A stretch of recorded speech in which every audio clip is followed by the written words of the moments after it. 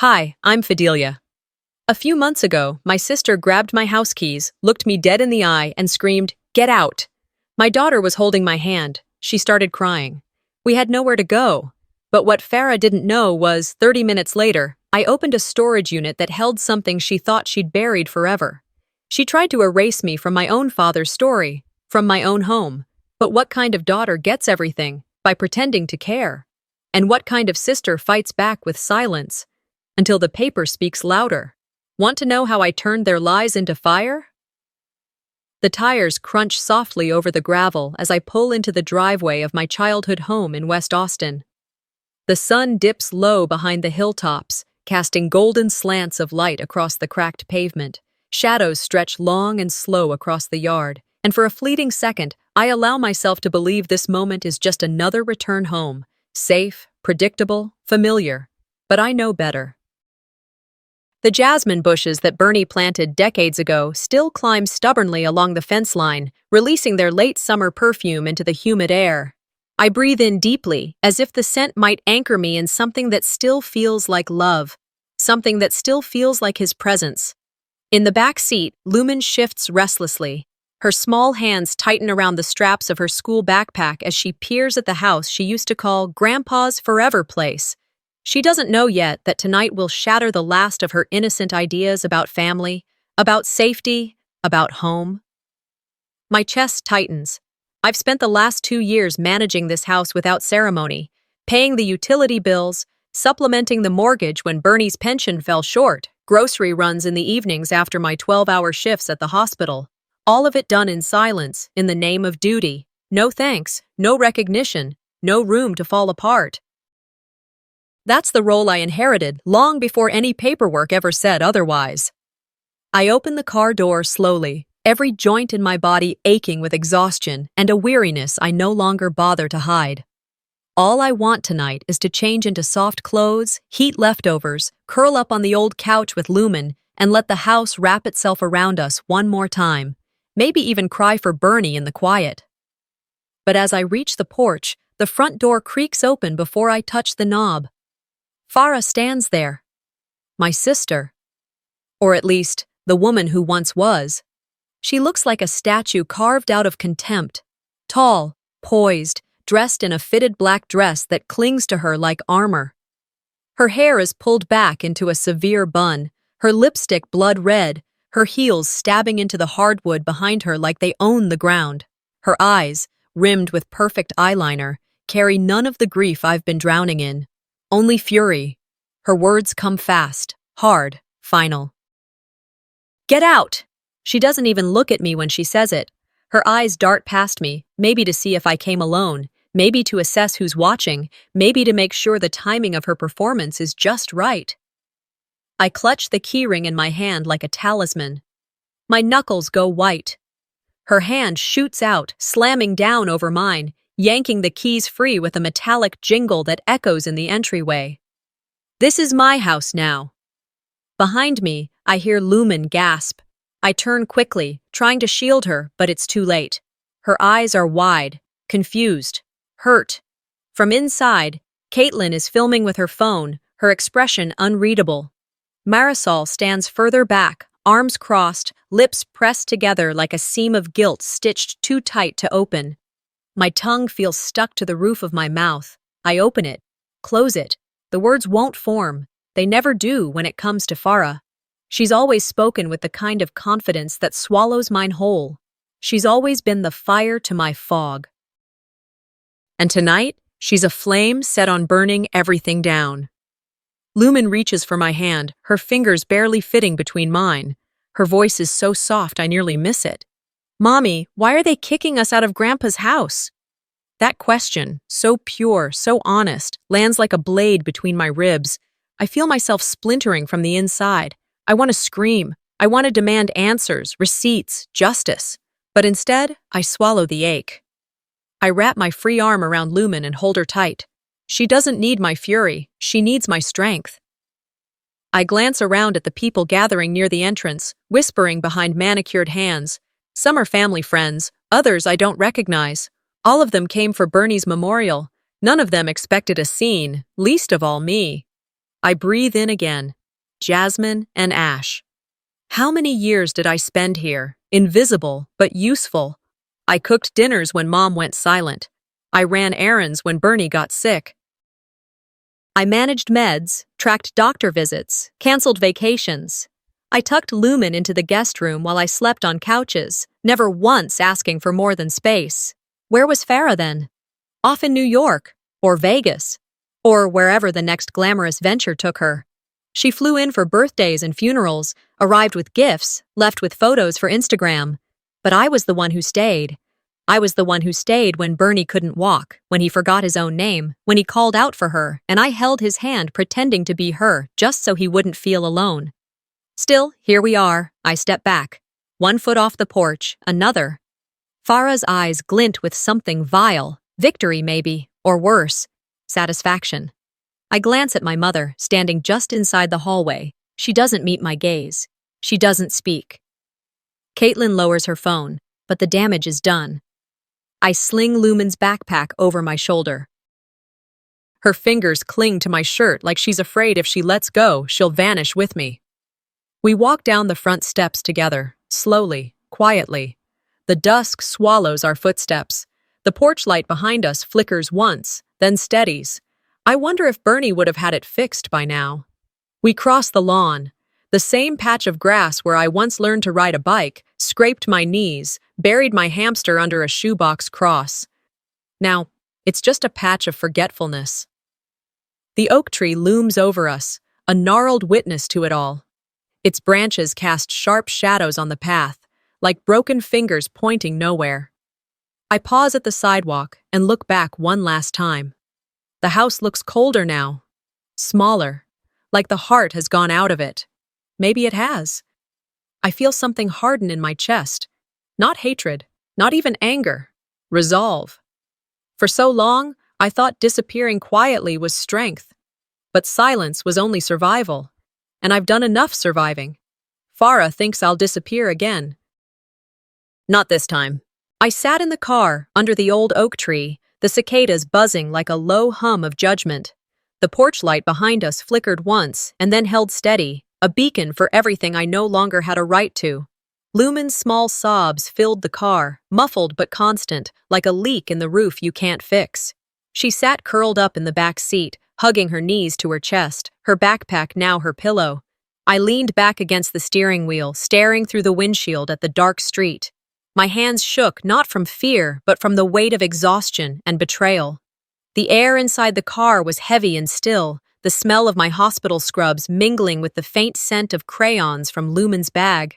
I could feel my dignity shrinking to fit this cramped space, our metal box of exile parked on the curb. I thought about starting the engine, just driving somewhere, but where?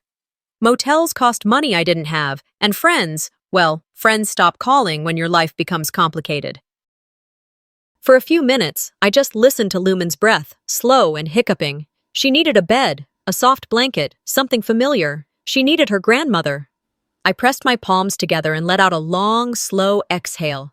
Maybe Marisol would understand. Maybe she'd open the door, at least for tonight. I reached back and touched Lumen's hand. "Stay here, baby. I'll be right back."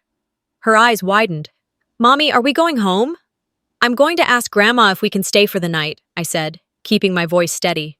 "Just sit tight." The walk from the curb to the side door of the house felt longer than my entire childhood. The cicadas got louder, or maybe my heart did. I stepped onto the porch and knocked softly, then harder. A moment later, the door creaked open. Marisol stood there, a dim lamp behind her casting a soft glow across the hallway. She looked smaller than I remembered, but her eyes were sharp, flicking behind me as if making sure Farah wasn't watching. "Mom," I said, my voice already breaking. "Just tonight. Please. Lumen's tired." Marisol's fingers tightened around the doorframe. She glanced past me toward the car. "Fidelia, I can't." "Can't what?" My throat closed. "She's your granddaughter." She shifted her weight. "I need to keep peace in this house. Farah has a temper. If I let you in, it'll only make things worse." I took a step closer, lowering my voice. "It's not about Farah right now. It's about Lumen. She's a child. It's one night. Marisol's eyes darted toward the staircase behind her where the portrait still hung. Bernie in his suit, Farah smiling next to him, and me shoved off to the side like an afterthought. She whispered, almost apologetic, "You know how she gets, Fidelia. I can't lose her. Not now." It landed like a blade between my ribs. She was more afraid of losing Farah than of losing me. I stared at my mother, memories flickering through my head like slides in an old projector. Me, at 8, winning a school award but being told to let Farah have her moment. Me, at 16, babysitting while Farah went to parties. Me, at 25, quitting a job to care for Bernie while Farah managed the family image from a distance. All the times I had chosen family over myself, only to end up standing on this porch like a stranger. My voice came out calm, even, but hollow. "I understand." Marisol reached for the door as if to soften the dismissal. "I'm sorry. You'll figure something out. You always do." I stepped back into the night, the door closing softly behind me. The porch light blinked once. I walked back to the car slowly, feeling like each step erased a piece of me. Inside, Lumen was awake, eyes shining in the dim glow of the streetlight. "Grandma said yes?" she asked, her voice so small. I swallowed hard. "No, sweetheart. We're staying in the car tonight." Her lip trembled, but she didn't cry. Instead, she nodded, trusting me the way children trust before they learn what adults are capable of. I reached into the trunk and pulled out a thin blanket, one of the few things I had grabbed before leaving.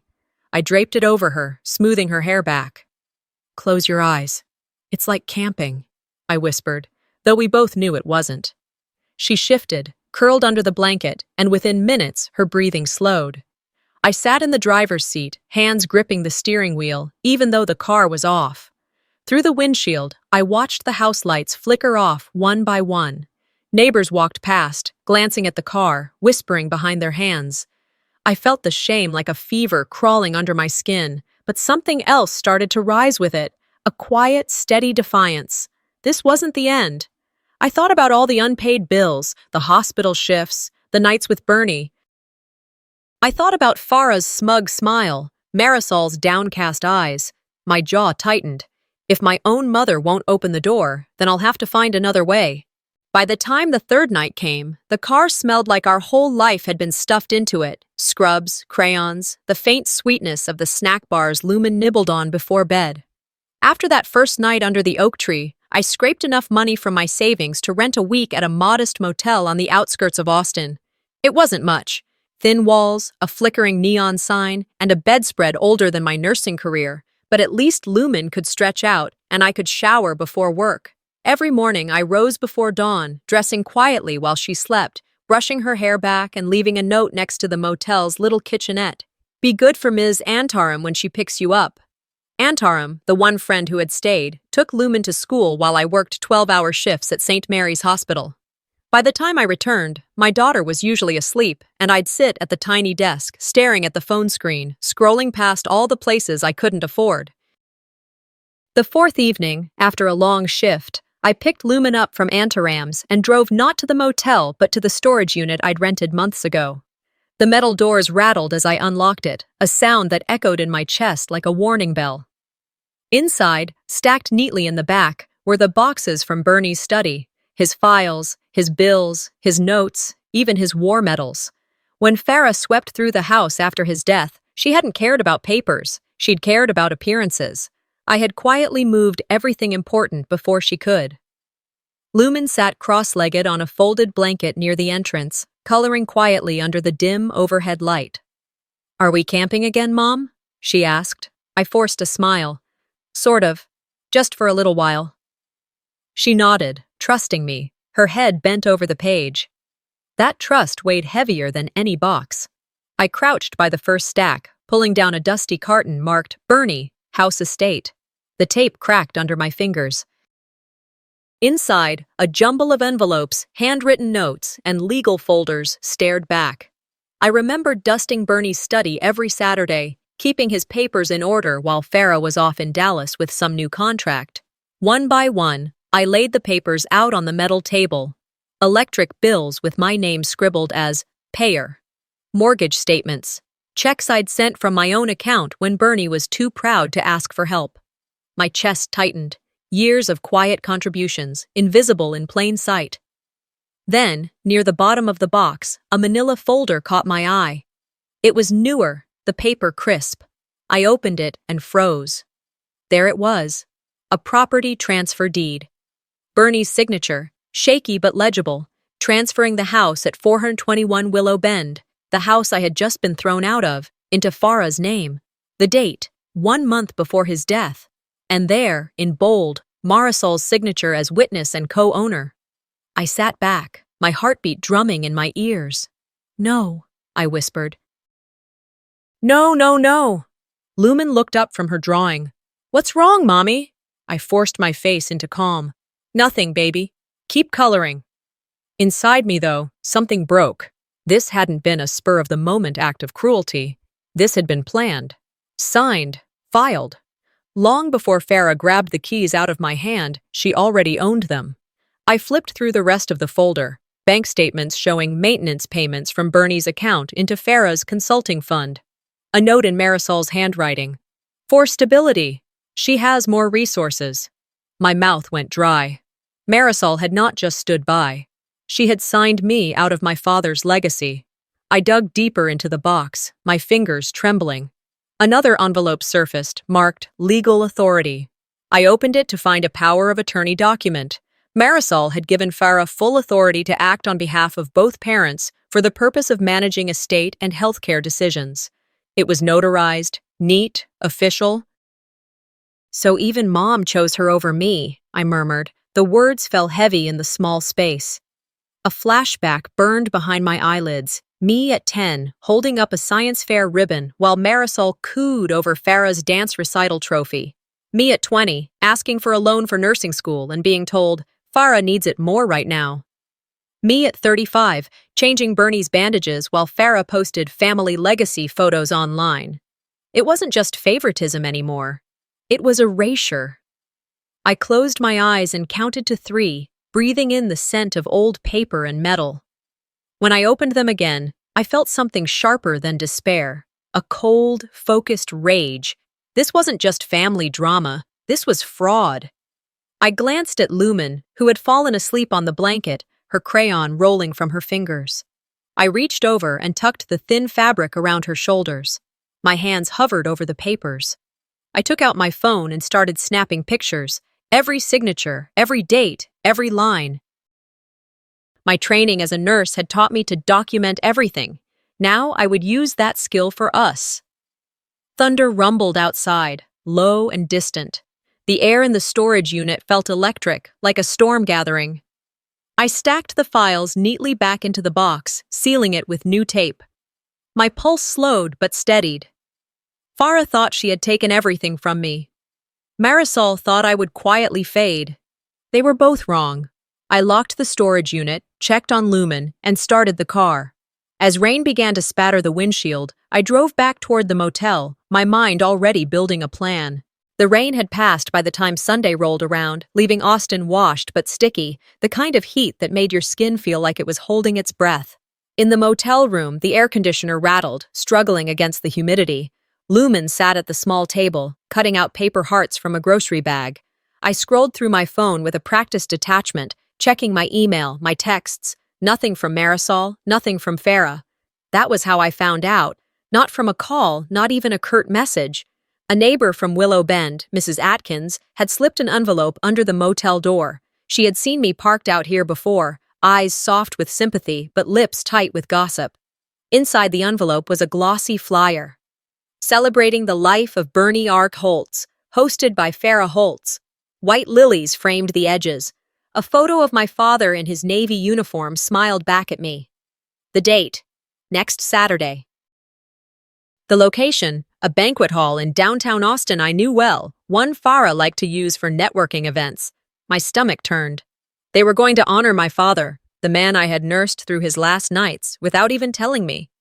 Lumen held up a crooked heart. "Mommy, what's that?" I flipped the flyer over as if it would change. "It's Something about Grandpa, I said softly. You're going?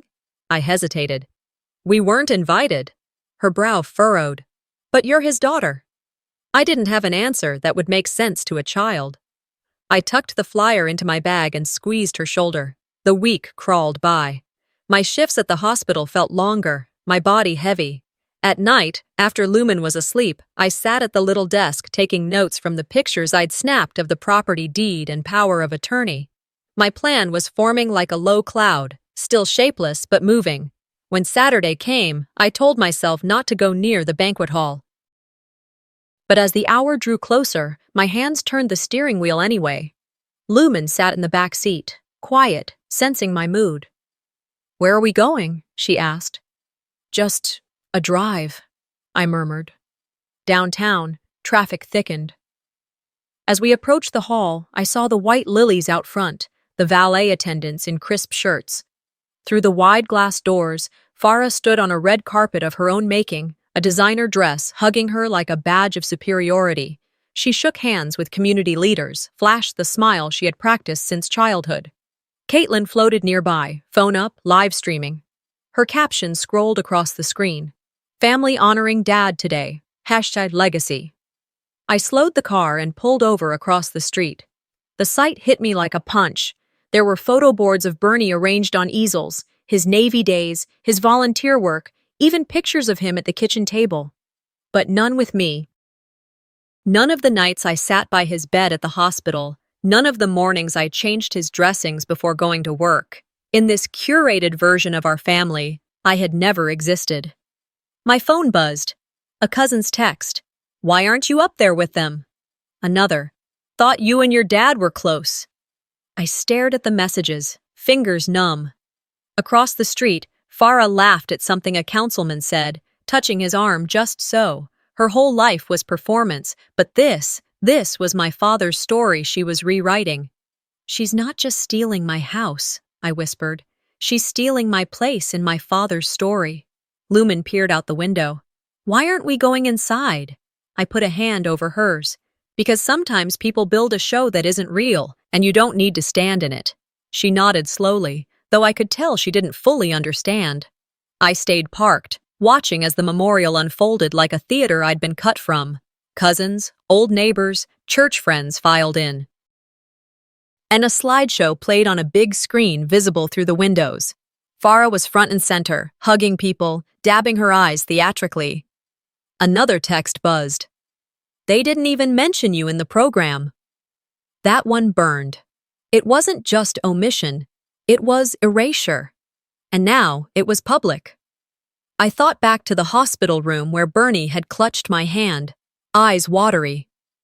You're the only one who stays, he had whispered. The memory made my throat tighten. I looked at Farah, at Marisol standing stiffly a few feet behind her. My mother's face was drawn, eyes darting to the door like she expected me to walk in and cause a scene. I wouldn't give them that. Instead, I reached for my phone and took a picture of the hall, the guests, the banner, documentation, evidence, not of a crime, but of a pattern. A slow clarity settled over me, heavier than grief, but steadier than rage. Farah wanted me invisible. Marisol wanted me quiet. But invisibility could be turned into something else, into proof, into a voice louder than their stage. Lumen touched my arm. Mommy? Yes, baby? She hesitated. Grandpa loved you, right? I swallowed hard. He did, very much. She leaned her head on my shoulder, and in that moment the shame dissolved into a vow. Erase me in front of them if you want, I whispered, not to Lumen, but to the hall across the street. But I'll make sure the truth has a stage louder than yours. The next morning, sunlight broke through a gray sky, as if reluctant to warm the city. I'd driven past the banquet hall one last time before heading back to the motel. Lumen had fallen asleep in the back seat, her cheek pressed to the window. She looked like a child again, not the small witness to betrayal she had become. By Monday, my mind had shifted from humiliation to action. I woke before dawn, showered quickly, and put on a plain navy dress, The kind of thing no one notices in a courthouse. Lumen was still asleep, so I left her with a neighbor at the motel who sometimes watched kids for cash. My heart ached at leaving her even for a few hours, but this step was for both of us.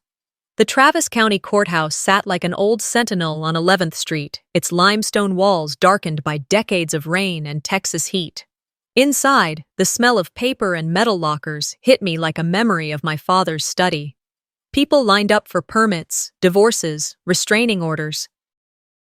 Some whispered, some cried, but most just stared at their phones, resigned. I moved through security, my bag checked. My hands were steady, though my stomach churned. At the clerk's window, a young woman with tired eyes and a badge that read Nadine looked up. "Can I help you?" she asked, voice neutral but not unkind. "I need a certified copy of a will," I said, sliding a form across the counter. She glanced at the names. "Bernie R. Holtz. He passed?" "Last month," I replied. Her eyes flicked to mine. "Family matter?" I gave a small, humorless smile. "You could say that." She nodded without prying. "We'll need a few minutes. Sit tight." I sat on a wooden bench near the window. The courthouse clock ticked overhead. My pulse synced with it, a steady reminder of how long I'd waited to act. When Nadine returned, she handed me a manila envelope, the county seal stamped across it. "All yours," she said softly, like she understood more than she could say. I thanked her and walked out into the humid morning. In the car, I set the envelope on the passenger seat. My fingers itched to tear it open, but I didn't. Instead, I stared at it, feeling its weight.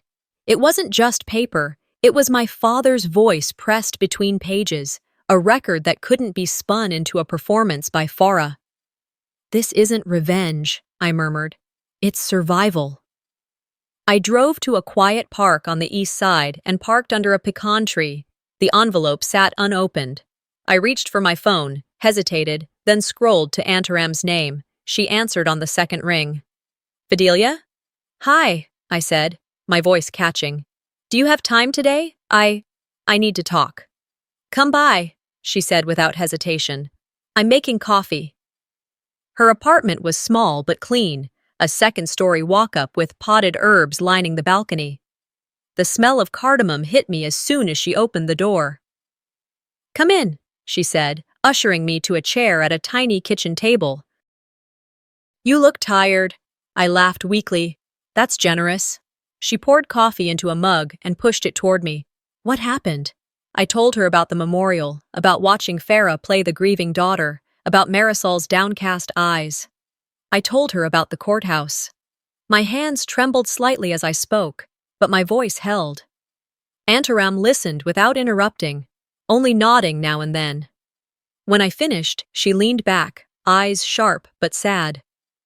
"You know," she said slowly, "for 5 years you were the one who cared for Bernie. You bought his medications. You took him to his appointments. You stayed when Farah didn't." I looked down at my coffee. "I know." "No," she said firmly. "You need to hear it. He told me himself. He said, 'Aunt Aram, Fidelia is the only one who stays.'" Tears stung my eyes but didn't fall. I feel like they've rewritten everything. Like I never existed in his story." She reached across the table and squeezed my hand. "Paper can lie if it's forged. People can lie easier, but truth leaves fingerprints. You've got them." Her words settled over me like a balm. For years, I had done what needed to be done without expecting credit.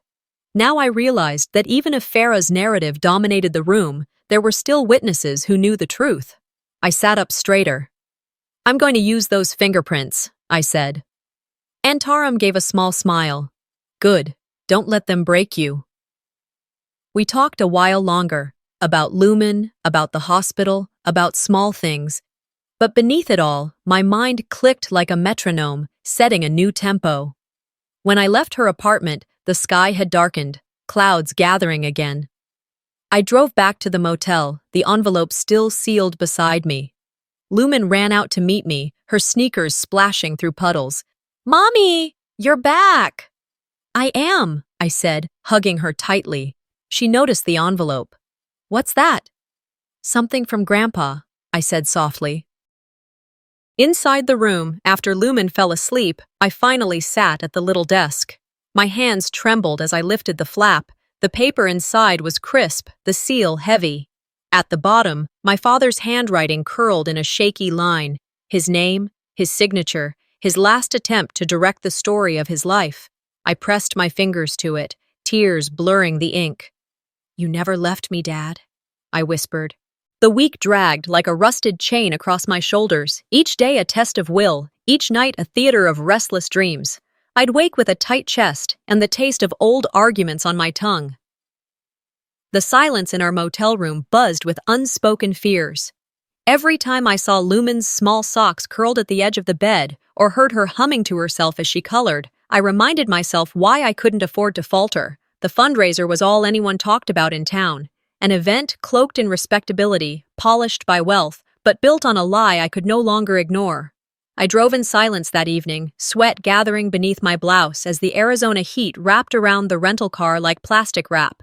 Lumen sat in the back seat, her dress slightly wrinkled from sitting too long, her fingers fiddling with the hem.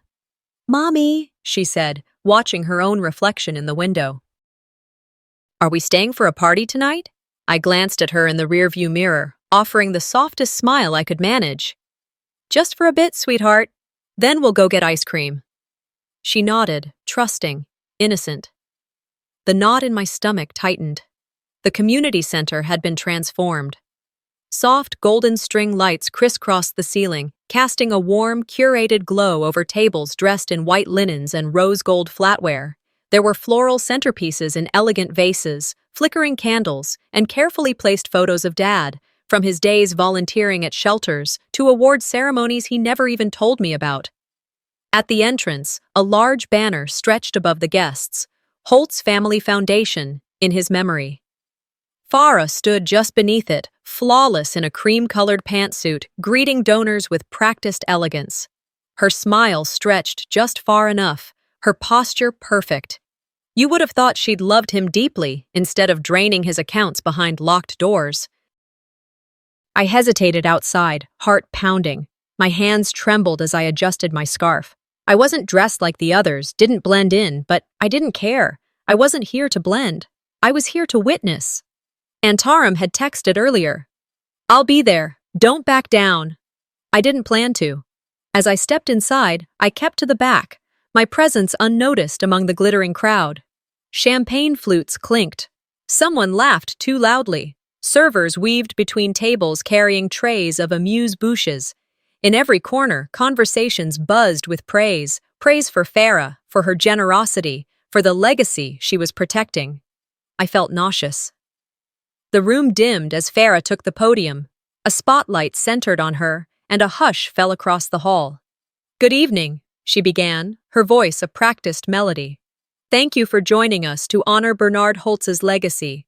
He was a man of heart, of conviction, and above all, service." She gestured toward a framed certificate now propped on an easel beside her. I'm proud to announce the launch of the Bernie Holtz Memorial Fund with an initial donation of $250,000 from the Holtz estate. Applause, loud and long, cameras flashed. I saw some attendees dabbing their eyes with cocktail napkins. It was theater, brilliantly staged. But I saw the flaw in the scene, the certificate. It was too pristine. The fonts didn't match those from the actual foundation documents I'd once filed myself for Dad's community grants. And I knew she didn't have access to that much liquid cash, not unless she'd forged more than her story. And then, right on cue, Antaram stood. "Excuse me," she said, voice sharp and clear, slicing through the applause. "I have a question." Chairs shifted, heads turned. She walked forward, a navy blue folder clutched in her hands. "That certificate," she said, nodding to the display, "is fraudulent. The bank has no record of this donation." A murmur rippled through the crowd. "Because," Antaram continued, "it never happened." Gasps, audible. Farah froze, still gripping the podium. Her smile twitched at the corners, faltering. That's impossible," she stammered. "I did this for Bernie. This was meant to— Antaram cut in gently but firmly. A public donation of that size leaves a paper trail. I requested a formal inquiry. There are no transactions from the Holtz estate, no foundation disbursements, and I have brought the proof. She held up the folder and opened it, revealing notarized statements, highlighted ledger excerpts, and screenshots of account activity, or lack thereof. The hall fell into silence so complete, even the chandeliers seemed to stop flickering. Then, Farah moved, suddenly, almost violently. She stepped back from the podium, her expression slack with panic, her heels clicking frantically as she descended the stage. Phones rose to record. I saw Caitlin, one of Dad's old students, live streaming it all. Comments flashed across her screen. OMG, what? Did she fake a charity? Holt's daughter exposed. Farah vanished behind a curtain, and with her, the illusion shattered. I stepped forward now, unable to stay in the shadows. I passed silent tables, wide eyes, half-eaten desserts. Antaram handed the mic to an event staffer and opened her laptop, projecting the full evidence on the venue screen. Bank statements, timeline charts, misused funds. Her calm, measured voice narrated the unraveling of Farah's entire scheme. And I stood there, hearing murmurs of apology and disbelief. For once, people looked at me, not with pity, not with judgment, but with the weight of truth finally catching up. Outside, after the event, the night air felt cooler. I stood beside Antaram's car, watching the banner above the door flap limp in the wind. She turned to me, handing me a sealed envelope. "It's done," she said. "We filed the complaint. Fraud, misappropriation, falsified documents. We have a case." My fingers curled around the packet. Inside was the legal weapon I'd been sharpening for months. Not out of vengeance, but out of necessity. I drove straight to the attorney's office. It was nearly closing, but they stayed for me. I signed every page with steady hands. A lawsuit, one that could shake the foundation Farah had built her lies upon. On the way out, I passed a mural of Lady Justice in the hallway, blindfolded but unshaken. For the first time in years, I felt that shift, like the ground beneath me had stopped crumbling. And in that silent corridor, I whispered, "I've been quiet long enough. Now every lie burns." The morning after I filed the lawsuit, the motel room felt strangely still, like the eye of a storm. Pale slats of sunlight filtered through the thin curtains, cutting across the worn carpet in golden stripes. The air smelled faintly of last night's rain, wet earth and something metallic, like the scent of change. Lumen stirred beside me on the bed, her small arms stretching up toward the ceiling, eyes blinking open with the kind of innocence only children carry. She looked at me, trusting, calm. "Let me take you to school today," I said softly, brushing her hair back from her forehead. She nodded, yawning, and pulled on her little backpack with practiced routine. There were a dozen things I should have been anxious about: court deadlines, media scrutiny, possible retaliation. But in that moment, her silent agreement calmed something inside me. Her trust steadied me more than any court filing ever could. We drove through the damp streets in silence. Puddles reflected the gray clouds, and as she hopped out in front of her school building, she turned back and gave me a shy wave. I waved back with a tight smile, watching her disappear behind the glass doors. That image, her disappearing into the world, reminded me why I was doing this in the first place. Not just for Bernie, not just for myself, but for her. By mid-afternoon, I found myself sitting in a cramped office behind the scenes at the local news station. The lights were buzzing faintly overhead, the walls plastered with photos of anchors from years past. Antaram was already there, dressed sharply in a navy blue suit that meant business. She gave me a curt nod as I walked in. "You ready?" she asked, her tone brisk, but I saw the glint of reassurance in her eyes. "As I'll ever be," I replied. She handed me a small flash drive. "This is it, the one they thought would never see daylight." I took it, feeling the weight of it despite its size. Plugging it into the monitor, we watched as the screen came to life. The image was slightly grainy, recorded on a handheld device, but the audio was clear. Bernie sat upright in a hospital bed, frail but defiant. His voice, raspy from medication, carried the depth of someone who knew the clock was ticking. "Only Fidelia truly understood me," he said slowly. "She was the only one who came when no one else would." A long breath escaped me. My chest felt tight. It was his last recorded message, something Farah had hidden, buried deep to control the narrative. Now it was going public. The interview itself blurred into a whirlwind. Lights blazed. A microphone was clipped to my collar. The questions were direct. How had it come to this? Why speak out now? What was the truth about Farah, the estate, and Bernie's final wishes? I told the truth, or as much of it as I could fit into 10 minutes of airtime.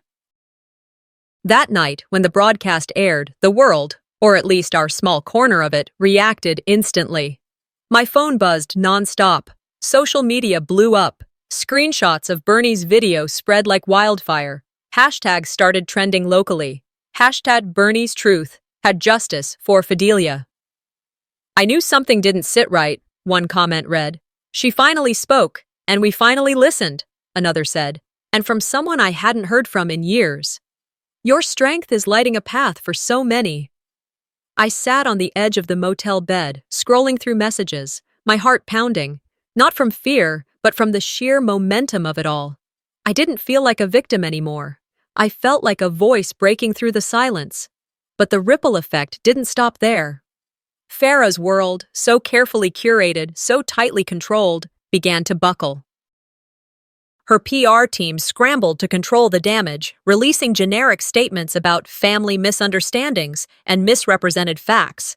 But the public was smarter than that. People weren't buying it. Sponsors began pulling out. Clients canceled appearances. Charity boards quietly removed her name from gala invites. Her public image, polished for years, began to crack under the weight of the truth. And then, late one night, my phone rang. The screen flashed. Farah. I hesitated before answering. When I finally picked up, there was a long silence on the other end, broken only by her trembling voice. "You ruined me," she said. Her words weren't angry. They were hollow, like someone speaking from the bottom of a well. I didn't hesitate. "No, Farah. You did this to yourself." She hung up without another word, and I sat there in the darkness, not triumphant, but clear. There was no joy in her fall, only the realization that accountability had finally arrived. She had been her own undoing. I spent the rest of the night at the small fold-out table in the motel kitchen, poring over the official summons. The trial date was 8 weeks out, just 2 months until everything, every lie, every betrayal, would be laid bare in court. I whispered to myself, a mantra in the quiet, "It's not just about family anymore, it's about truth." The storm hadn't passed, but the winds were finally blowing in a new direction, and I was no longer standing in the shadows. The Texas sun had barely cleared the rooftops, casting long streaks of gold through the gauzy clouds. The courthouse stood at the end of the street like a monument to everything we'd fought through, columns proud, windows grim, marble steps shimmering with the morning heat. I paused at the base of the stairs, adjusted the collar of my blouse, and drew in a breath I hoped would last the whole day. Lumen walked beside me, small fingers laced in mine, her presence like a silent vow. She didn't speak, didn't need to. She knew what today was about. I bent and kissed her forehead before handing her off to a friend waiting nearby. "You'll hear it all later," I whispered. "But I need to do this alone." Inside, the courtroom was colder than I expected. White walls, wooden benches, a judge's bench that towered just high enough to remind everyone who held the final word. The silence echoed like thunder. Every heel on the floor, every rustling page, seemed like the start of something irreversible. Farah was already seated, her hair twisted up in some elegant knot, her suit as crisp as her rehearsed facade. She didn't look at me. She didn't need to. We both knew how many years had led us to this room. My attorney, Michael, leaned toward me as we sat down behind the glass barrier. "Remember," he murmured, "the truth doesn't need to shout. It just needs to be shown." I nodded. My palms, for the first time in weeks, were steady. Then the judge entered. "Court is now in session," the bailiff announced, and just like that, the weight of everything fell into place. The legalities began. Paperwork was acknowledged. Statements were read. Then the judge called Farah to the stand. She rose smoothly, her face wearing the expression she always wore when telling people what they wanted to hear. She spoke of sacrifice, of late nights tending to our father, of emotional strain, of money she supposedly spent out of love, not for inheritance. She painted herself as a martyr on a cross made of duty, and some people, especially those in the back row, nodded. I had to hand it to her. She was convincing. But lies, even gilded, still rot beneath the surface. Then it was my turn. I stood. My heels clicked softly against the floor as I approached the witness box, the envelope in my hand, a simple manila slip that suddenly weighed more than gold. My attorney gave me the briefest of nods. Now, it said, this is the moment. I took the stand. I'd like to submit an original ownership document, I began, voice clear, unwavering. Handwritten by Bernard Holtz, my father. I opened the envelope slowly, carefully. The paper inside was yellowed with age, but intact, the ink faded yet entirely legible. As I unfolded it, the courtroom grew still. Even the judge leaned forward. This document, I said, holding it gently, was written and signed by my father during the final weeks of his life. It states, plainly, that the house in dispute is to be left in my name. And then I read it aloud. To my youngest daughter, Fidelia, who gave me her years when others gave me excuses, I leave this home. The words fell into the room like bricks dropped in water, sudden, heavy, and impossible to ignore. A ripple spread through the courtroom. Someone in the gallery gasped audibly. Farah stiffened. Her eyes snapped toward me, widening as if she'd just been slapped. For a moment, she seemed to forget how to breathe. I approached the judge's bench and handed the document to the clerk for validation. I could hear murmurs start behind me, reporters whispering, attorneys scribbling, spectators shifting in their seats. The energy had changed. The room had tilted. Farah's attorney stammered, tried to object, but the judge cut him off with a raised hand. "Let me see the document," he said sharply. And as his eyes scanned the page, the courtroom held its breath. Minutes passed in the silence. Then he spoke. "This document appears legitimate and carries the original signature of Bernard Holtz. I hereby admit it into evidence. Furthermore, I am ordering an immediate review of all previous property transfers and potential forgeries associated with this estate." Farah's mouth fell open, her hands tightening into fists in her lap. Her attorney looked like he was trying to disappear into the wood grain. Then came the spontaneous applause. It started with one person, someone in the back, and then it spread. A second clap, then a third. Then the whole gallery erupted in soft, stunned applause, like a wave of justice rolling across the walls. The judge banged his gavel. "Order! This is a courtroom, not a theater!" But it was too late. The silence had broken, the truth had echoed, and no gavel could contain it. I returned to my seat, exhaling a breath that felt like it had been locked in my ribs for years. Lumen, who had slipped in quietly and was now seated behind me, looked at me with eyes full of something I hadn't seen since before the pain began: pride. The judge looked back at Farah. "Pending further investigation, Ms. San Fidelia Holtz shall be given priority claim to the estate and full temporary control of the property." Farah didn't move. Her face was drained of color, her body still as a statue, but her eyes, they found mine. And for a split second, I saw it, the beginning of fear, the end of denial. I didn't smile, I didn't gloat, I didn't need to, because the truth had spoken, and it was louder than any lie she'd ever told.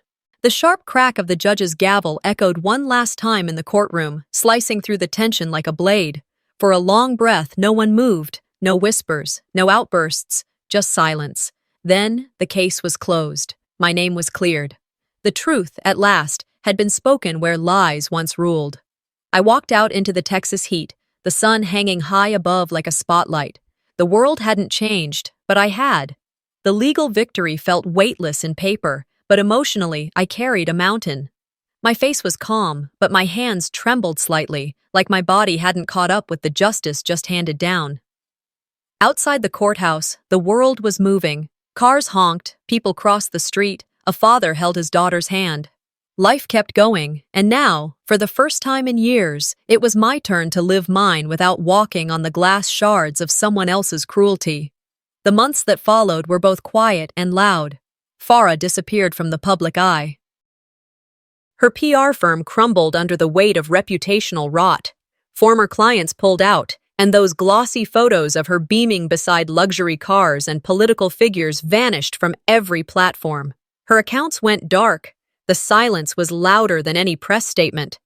Marisol, too, folded into herself, staying behind closed curtains. I saw her only once, at a drive-thru on a rainy afternoon. She glanced up from her steering wheel, met my gaze for half a heartbeat, then looked away. The woman who once lit up every room now couldn't meet my eyes. Meanwhile, I went to work. Part of the court settlement granted me legal ownership of the Holtz home, the same house where secrets festered and betrayal made a bed. But I wasn't going to let it be a monument to pain. I used the funds to clear the back taxes and settle every lien. I hired a local crew to restore what time and neglect had eroded. New paint, new windows, a repaired roof. Each nail and brushstroke wasn't just renovation, it was reclamation. In the evenings, I sat on the front steps with Lumen. She would chatter about school, about books, about silly jokes, and I would listen like each word was a blessing. One evening, as the sky turned amber and gold, I installed a small brass plaque just above the gate. The letters gleamed, Lumen's first home. She stood beside me, eyes wide. Her hand slipped into mine. "This house," I said softly, "won't be a battlefield anymore. This will be your beginning." She nodded with a smile that carried no shadows. "Can we put a swing in the backyard?" My heart cracked open with joy. "Yes, baby. We can have 10 swings if you want." The home began to change. The cold air that once lingered in the halls gave way to warmth. The musty smell of secrets was replaced by the fresh scent of lavender cleaner and new beginnings. In the living room, where I once stood trembling in confrontation, we now laid out floor cushions and blankets for movie nights. Lumen danced in the hallway. She sang while brushing her teeth. Her laughter echoed through the space like wind chimes. But not everything was so easily cleaned. Farah's name remained tarnished in the community. Local women's groups distanced themselves. Her endorsements vanished overnight. Friends she once toasted champagne with now avoided her name like poison. I got a few texts from mutual acquaintances, hollow, performative gestures. "Hope you're okay?" "Thinking of you. What a mess." But some of the more venomous ones stung. "Your dad trusted her more than anyone. He'd be devastated." That old guilt flickered briefly, but didn't stay. I had learned the difference between guilt and gaslighting. I didn't have to be broken for others to feel better about themselves. One afternoon, I stared at my phone for a long time before dialing Marisol. When she answered, her voice was raw, tired. "I'm sorry," she whispered. "For everything. I should have stood by you." "I'm not calling for an apology," I said gently. "I'm calling because I don't want this to be about punishment. I just needed space to live, to breathe again." There was a pause on the other end, then softly, "I know." That was enough. It wasn't forgiveness, not yet. But it was a crack in the wall, and light was beginning to slip through. One evening, after dinner, Lumen and I chose a family photo to hang in the hallway. It was just the two of us, standing in front of the swing she'd insisted on, arms around each other, both of us grinning in matching sun hats. As she held the frame, I saw how seriously she treated it, like she understood the story behind the image, like she knew the weight of what we had survived. Together, we lifted the frame and placed it on a nail above the console table. The wall was freshly painted a soft blue, the same color I remembered from my childhood bedroom. She stepped back to admire it. "It looks perfect," she said. "You look perfect," I replied, brushing her curls back. Outside, wind pushed through the curtains and scattered the scent of jasmine through the room. I stood at the window and looked out onto the quiet street. Where before I'd seen nothing but ghosts, I now saw a future, the stolen property, the betrayals, the silence. They were still part of my story, but no longer the headline. I knelt down next to Lumen and whispered, "This house is ours now, and we're going to fill it with truth." She smiled, resting her head against my shoulder. I knew healing wasn't a finish line. Some wounds don't close the way you want. Some scars don't fade. But we don't need perfection to begin again. We just need a place where love can grow louder than pain. From the ashes of everything they tried to burn down, we built something new. A home, a life, a beginning. Sometimes the people who share our blood are the very ones who test the limits of our spirit. This story wasn't just about a house. It was about reclaiming dignity, protecting the innocent, and choosing truth over silence. What would you do if your own family turned against you? Share your thoughts in the comments. I'd love to hear your take. And if this story moved you, don't forget to subscribe to the channel for more powerful, true-life family stories just like this one.